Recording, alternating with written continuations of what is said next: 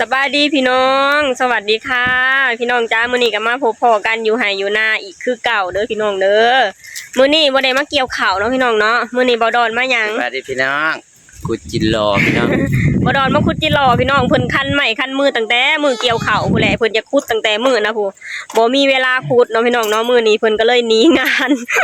มื้อนี้หนีงานมาขุดจิหล่อพี่น้องเบิ่งแล้วล่ะมาเบิ่งกันว่าจะได้ลายหรือได้หน่อยเนาะพี่น้องเนาะแต่ว่าขุดจิหล่อยามนี้นะม่วนเด้พี่น้องเพราะว่า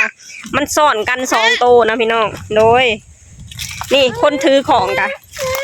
เอ้าเหยียบไว้ของไปเหยียบทรายมันไว้ลูกนี่คนถือของให้พี่น้องอ๋อลูกถือหญ้าลูกหลักถือหญ้าลูกตูจุ๊บๆนะจุ๊บๆนะกดคนถือของพี่น้องเอ้ย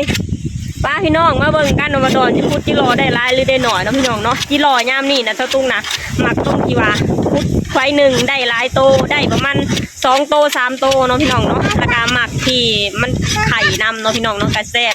ก็จะแซบไปอีกแบบหนึ่งเนาะพี่น้องเนาะมาพี่น้องเดี๋ยวมาเบิ่งกันเนาะว่าจะได้หลายหรือได้หน่อยเนาะพี่น้องเนาะคนถือของกันดิมาพัวกันเด้อโอ้นางเท้าหล่อได้แล้วลูกสอนบ่เดี๋ยวได้ตัวหนึ่งแล้วได้ตัวหนึ่งแล้วพี่น้องมาเบิ่งไฟนี่สิสอนกันบ่แมงกี้หล่อหรือแมงกี้โปมบ่สอนมันจิหล่อเนี่ยพี่น้องอ๋อสอนนี่สับละโอ้ยกำลังทองกำลังมันเอาข้าวลูกเอาข้าวไปละ2โตพี่น้องไฟละ2โตพี่น้องไปพี่กาตาไปพี่ลูกเอ้าคนถือกันดิใช่หมดเอาไปมาเอาปะลูกปะมันได้เบิ่งควายใหญ่ๆมันสิมีซ่อนควายน้อยมันบ่ซ่อนควายน้อยคือควายตัวผู้แม่นบ่ตื่นน้ำเดียยามนี้เนาะปวดคนน้อยใส่หมวกให้พอใส่ผมดิมาได้จ้องหล่ะดิเอาจ้องหล่ะไหมหล่ะไปจ้องไหมลูกจ้องหล่ะดิกูไปมาจ้องเด้อเห็นบ่จ้องนะอันนี้ก็ซ่อนเห็น2หูเลย3หูเอามาลูกเอามาเอาจ้องมาใช่นี่ได้แล้วตัวผู้หรือตัวแม่ตัวผู้น้องมอนี่ได้สองหลายใจก็เมียนี่เมียเดียวนี่ตัวนาตันแล้วสั่งว่าตัวอีกเลยเฮ้ยตัวไปแล้วเมียยังมีเห็ดไว้เลยเห็ดกันไว้เมียโอ้มีปลอดเอาเขาก็มันก็สั่งบ้านใบรอเมียดิได้ตัวเดียวพี่น้องตัวนี้พี่น้องคอยนี่จักโต2แม่ได้แล้วตัวหนึ่งนี่ได้ผัวหรือได้เมียได้เมียว้าวนี่นะไข่เต็มท้องเลยพี่น้องมาอีกตัวหนึ่งผัวจะมีผัวแล้วไปนะเดี๋ยวเก่งวะโอ้ตบมือให้เจ๊งใส่นี่อีกนี่ตัวนี้อันนั้นตัวผู้นั่นน่ะอยู่ในหูตัวนั้นตัวนี้ว้าวเก่งวะเจ๋งตัวนี้อันนั้นบ่แม่นหูนี่เด้สักคือเห็นอยู่นี่ทางนี้นี่หูเนี่ยนี่เว้ยเบิ่งพี่น้องได้2โตแล้วมาเบิ่งที่3ได้บ่ได้มั้ยไปมาชุดละเอ้ยบ่แม่นห้องขี้อันนี้ห้องสิได้หลายนำคนถือของนี่แล้ว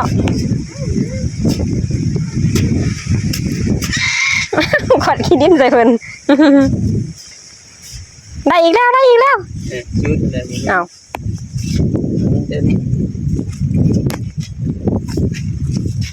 วิถีชีวิตแบบชาวบ้านชาวนาเนาะพี่น้องกันประมาณนี้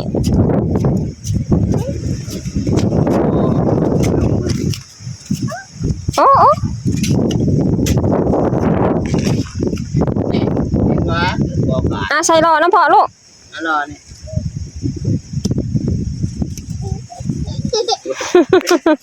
คนหน่อยถึกใจ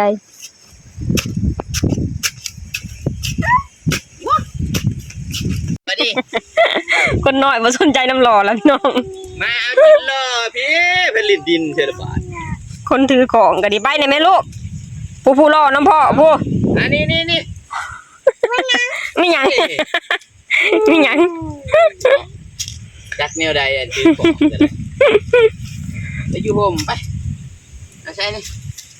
ใช่อยู่ผมค่ะนี่ตัวหนึ่ง สอนบ่ ก็ ใช่ นี่ตัวนึง อ้าวอยู่หูเดียวกันเลยพี่น้องนี่ เอาของมา เอาของมาลูก เอาของมาใส่ไว้ลูกไว้บุกูแกงหัวเลยบ่ เก่งงัวอีขานไฟแหละพี่น้องเอ้ยคนหน่อย นี่ในช่องตู้เลยจ้านี่เอาของมาใส่นี่ใส่รอนี่ นี่พี่น้องใส่2 ตัวเลยไม่เห็นแต่ตัวเดียว นี่ มีคนหน่อยไปเอาละ